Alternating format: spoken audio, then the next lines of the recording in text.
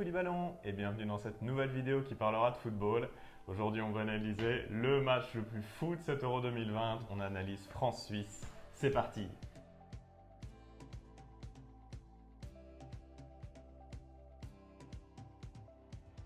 Bon bah Colin, bon déjà ça me fait plaisir de te revoir. Oui, On a pu enfin faire une vidéo les deux. ça fait plaisir de retrouver ce cadre, le canapé, ça fait plaisir de refaire une petite vidéo avec toi.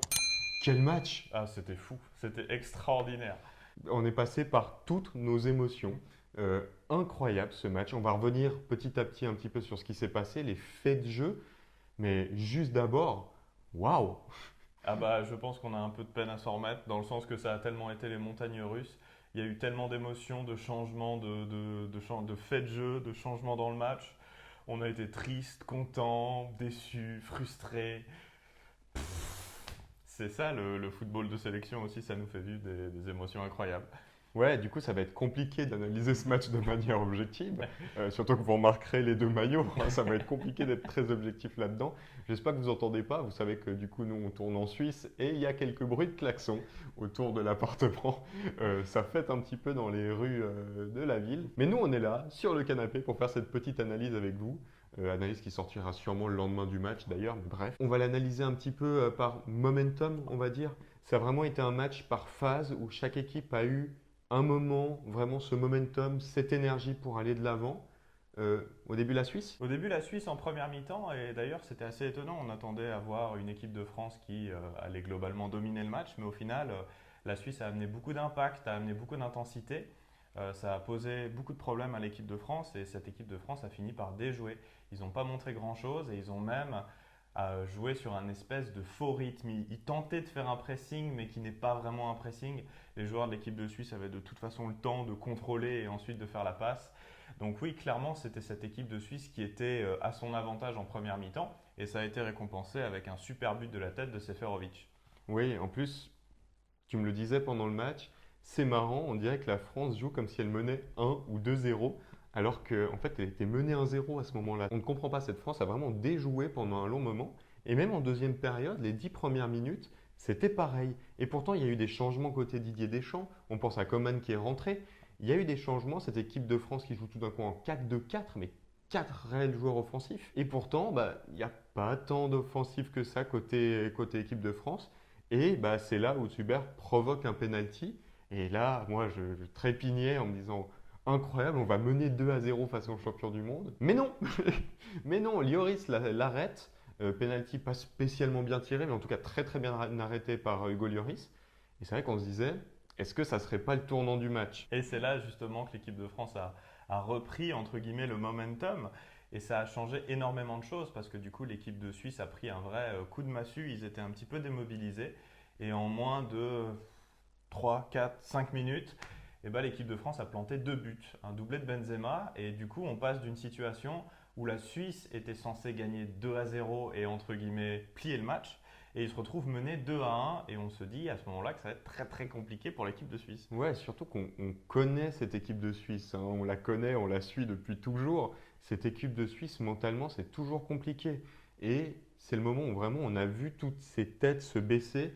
Déjà, juste après le penalty, on l'a senti, c'est pas pour rien que la Suisse prend 2 goals. Et pourtant, cette Suisse a réussi à se remettre dans le match, notamment grâce à l'équipe de France. Parce que cette équipe de France s'est remis un peu dans ce faux rythme, dans une sorte de petit fauteuil confortable qu'elle avait en première période. Mais malgré le fait que la Suisse revenait petit à petit, la Suisse aussi a commencé à faire rentrer aussi des attaquants pour jouer elle aussi en 4-2-4. D'un coup, il y a ce but splendide de Paul Pogba. Quelle frappe, hein. Alors, il est un peu seul quand même, mais cette enroulée, elle est somptueuse. C'est un des buts de l'Euro. Et là, vraiment, on se dit, bon, voilà, la France, c'est bon. Elle ira du coup en quart de finale. 2 buts d'avance face à cette Suisse, c'est mort. Mais en fait, cette Suisse, elle avait un poil de ressources, et notamment grâce à cette France qui joue moins. Clairement, en fait, la France a remis la Suisse entre guillemets dans le rythme, même si la Suisse y croyait plus trop. Et on arrive à cette 81e minute, quelque chose comme ça. Et du coup, Seferovic qui plante le doublé, qui met le deuxième but. Et là, on se dit, ah, peut-être que ça va le faire, peut-être que la Suisse va revenir. Et d'ailleurs, on n'est pas passé loin, puisque peu de temps après, il y a eu d'abord un premier but de Gavranovic, qui en fait était hors jeu. On commençait à sentir un petit peu la transpiration perler sur le front de Didier Deschamps. Et finalement, quelques minutes plus tard, c'est Gavranovic, remplaçant Dynamo Zagreb, qui débarque, qui crochette, qui frappe. Et c'est un but imparable sur Lloris. La Suisse est revenue 3-3. Ouais, ils reviennent de nulle part. Je tiens quand même à dire que sur le 2-3, Mbabou lâche un très bon centre, mais il a 4 minutes pour faire son centre. Il y a vraiment des moments où Rabiot ne revient pas. Et même sur ce but sur hors-jeu de Gavranovic, c'est pas très loin parce que Rabiot est presque à couper ce hors-jeu quand même. Donc Rabiot, vraiment, à la fin, il était mort. Ça s'est vraiment senti. Et finalement, c'est vrai que ce but de Gavranovic, alors c'est pas Rabiot qui se prend ce crochet. Après, se faire crocheter par Gavranovic, c'est la 90e, je comprends. Mais il y a eu des errances dans cette défense française quand même. La prolongation, ça a été aussi un petit peu deux phases. La Suisse en la première période de prolongation, plutôt intéressante, sans réellement se créer de grosses occasions. Elle a la balle, on se dit ah bah c'est sécure, la Suisse va réussir à aller au tir au but, surtout qu'on ne voyait pas une France qui avait réellement envie de marquer ce but. Mais sauf qu'au final, la France a peut-être compris qu'aller au tir au but, c'était pas une bonne idée. Et du coup, la France a recommencé, on va dire, un petit peu à jouer dans la deuxième mi-temps de la prolongation.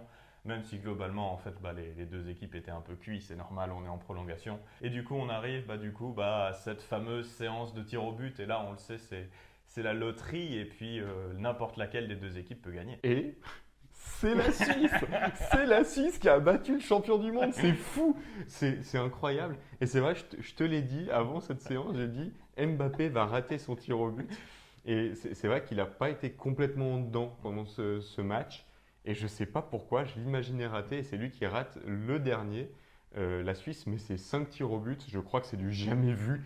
J'ai jamais vu la Suisse mettre plus de 3 tirs au but sur une séance. Et non, là, elle met les 5. Et la Suisse crée le plus gros exploit pour l'instant de cet Euro en sortant juste le champion du monde en titre et sûrement le plus gros favori à la victoire finale. C'est ça, et je pense que ça va être hyper intéressant du coup de voir comment cette équipe de Suisse va continuer. Est-ce qu'ils vont surfer sur cette vague-là? Parce que du coup au prochain tour ils vont tomber contre l'Espagne. Ça va être un match hyper intéressant à voir. Ce sera aussi intéressant de voir si l'équipe de Suisse sera cuite entre guillemets, si elle se sera remise physiquement. En tout cas, j'ai hâte de voir l'équipe de Suisse jouer contre l'Espagne. Ah, moi aussi. Après, le petit avantage, c'est que l'Espagne aussi est allée en prolongation. Donc deux équipes qui ont quand même joué autant de minutes. Au moins, c'est équilibré par rapport à ça. Mais ouais, du coup, cette équipe de Suisse qui nous a pas beaucoup convaincus jusque-là, là vient de faire sûrement le plus gros match de son histoire. On est bon sur l'analyse? On est bon sur l'analyse, on peut passer au top et au flop.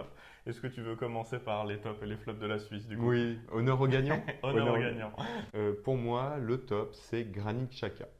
Xhaka, et pourtant, je l'ai critiqué un nombre de fois, Xhaka. Toi aussi, fan d'Arsenal, tu l'as taillé un nombre de fois. Mais aujourd'hui, ça a été un patron. On l'a vu aussi, c'était un capitaine exemplaire. Il tirait son équipe vers le haut. Il a toujours été là pour gratter des ballons, pour relancer. Il était d'une sérénité aussi, même en prolongation. Là, c'est le moment où il m'a le plus impressionné. Il était tout le temps là, toujours serein. Il a été excellent. C'est vrai qu'il n'a pas marqué, il n'a pas été décisif là-dessus. Mais on n'avait pas besoin de ça de sa part. On voulait qu'il tienne ce groupe et il l'a fait à merveille. Bah ouais, je suis d'accord avec toi. J'ai adoré du coup voir ces images à la fin ou avant la prolongation, voir vraiment toute cette équipe de Suisse unie autour de Xhaka et Xhaka qui est en train de crier pour dire allez les gars, on va le faire, on va le faire. Donc entièrement d'accord avec ton top. Et du coup, mon flop, c'est son ancien compère du FC Bâle. Enfin, de toute façon, l'équipe de Suisse, c'est une sorte de all-star du FC Bâle. Ils sont quasiment tous passés par là. Mais là, je parle bien sûr de Xherdan Shaqiri, qui avait été excellent face à la Turquie. Et là, de nouveau, il est retombé dans ses travers. C'est toi qui disais pendant le match que souvent, Shaqiri, lors des gros matchs, il passe à travers. Bon, aujourd'hui, ça n'a pas manqué. On ne l'a pas vu. Il était fantomatique. C'est vrai que pendant la première période, on l'a vu décrocher un peu de temps en temps. C'était intéressant. Mais on l'a surtout vu essayer de prendre cette profondeur. Ça marchait pas. Ça marchait pas. Et finalement, quand il est sorti, on a vu en fait une sorte de second souffle de cette équipe de Suisse. Enfin voilà, Shaqiri, il n'a pas été là. Et c'est très surprenant quand même de se dire que c'est la superstar entre guillemets de cette équipe. Et ça passe pas. C'est là aussi que on critique beaucoup, mais du coup c'était bien joué de la part de Petkovic, parce que Shaqiri c'est souvent, tu l'as dit, ce joueur extraordinaire, et en fait on n'ose pas le sortir, parce qu'on se dit mais la victoire peut arriver de ce joueur-là, donc on va le laisser coûte que coûte. Et là, Petkovic a dit non, il est pas bon, alors on va le sortir. Et au final, c'était un bon choix. Du coup, je te propose de passer du coup au perdant avec l'équipe de France et on va commencer du coup par mon top. Et j'ai décidé de mettre Paul Pogba. Un peu à l'image de Xhaka, je trouve qu'il a été incontournable au milieu de terrain. Il a vraiment survolé. Il a une capacité technique, une capacité physique.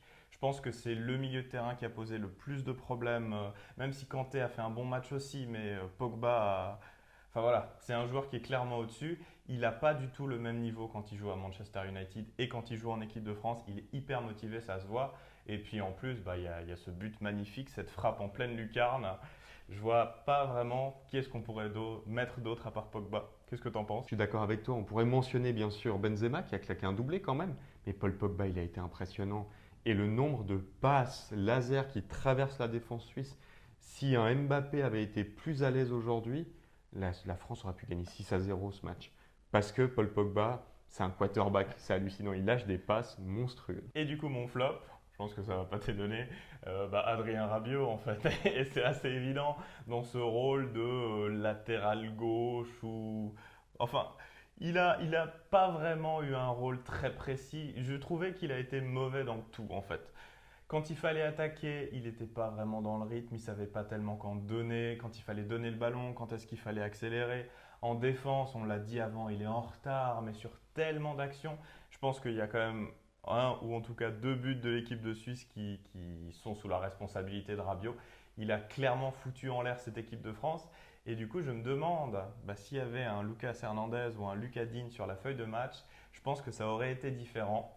Donc voilà, c'est le maillon faible de cette équipe de France. C'est mon flop pour moi. Je suis d'accord. Il y a même des fois où je t'entendais péter des plombs. Parce qu'en plus d'être en retard, il ne revient pas. Et ça, pour moi, c'est impardonnable à ce niveau. Il y a des trous qui sont laissés et tu vois Rabiot qui marche. Rabiot ne peut pas marcher quand il y a un attaquant suisse dans la surface de réparation. C'est pas normal.